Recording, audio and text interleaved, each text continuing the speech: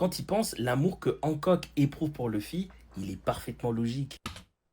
Oui. Oui. Bien qu'un peu problématique, quand même, on va pas se le cacher avec la différence d'âge. C'est One Piece. Luffy, il a 21 ans, elle a 31 ans. Pourquoi c'est problématique? C'est-à-dire que dans le monde de One Piece, je connais pas la majorité, mais dans le monde entier, je sais que la majorité a 21 ans. En quoi c'est problématique? Pour moi, il n'y a pas de problème. D'ailleurs, si tu veux pas être problématique, tu dois t'abonner à mon compte. Mauvaise pioche. J'allais dire aux gens de s'abonner à ton compte, mon gars. J'allais le dire. Et peut-être que je vais être problématique.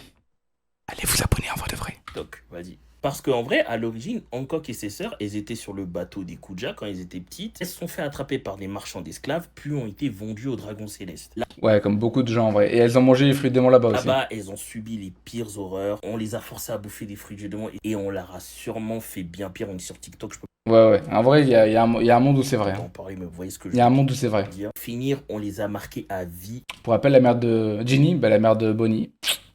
Ce qui lui arrivait là-bas, à mon avis, c'était le V-Word. Avec la marque des dragons célestes. C'est la pire des choses. C'est-à-dire que où que tu ailles, peu importe ce que tu deviens, tu seras à jamais la propriété des dragons célestes. C'est horrible. Et de là, on comprend Hancock a commencé à détester les hommes. Et je pense aussi que le fait que la plus... Est-ce qu'il y avait que des hommes qui les maltraitaient? Je pense en vrai, il y avait des femmes. Bon, pour le V-Word, on va pas le redire encore une fois, mais il y a sûrement que les hommes. Mais après, maltraiter, je suis désolé, là, c'est pas logique. Hein. Le V-Word, donc, c'est pas dit, donc on oublie ça, 30 secondes, d'accord? Même si c'est fort probable, mais on oublie ça. Non, je pense que les femmes et les hommes des Dragons Célestes sont aussi horribles les uns que les autres. Donc là, la détestation des hommes, j'ai l'impression qu'elle est plus sociétale sur l'île des Kuja, parce que sur l'île des Kuja, il n'y a aucun homme. Donc peut-être que c'est dû à il y a un truc qui s'est passé il y a 800 ans et après, ça se transmet de génération en génération. Mais je suis désolé, là, pour le coup, ça n'a rien à voir avec les dragons divins. Peut-être aller, je dis rien à voir, c'est facile. Un petit lien, mais c'est pas de là qu'elle déteste les hommes, à mon avis. Elle déteste les hommes comme tous les Kuja, parce que tous les Kuja détestent les hommes, hein. Déteste les hommes, en tout cas de manière sociétale, je répète.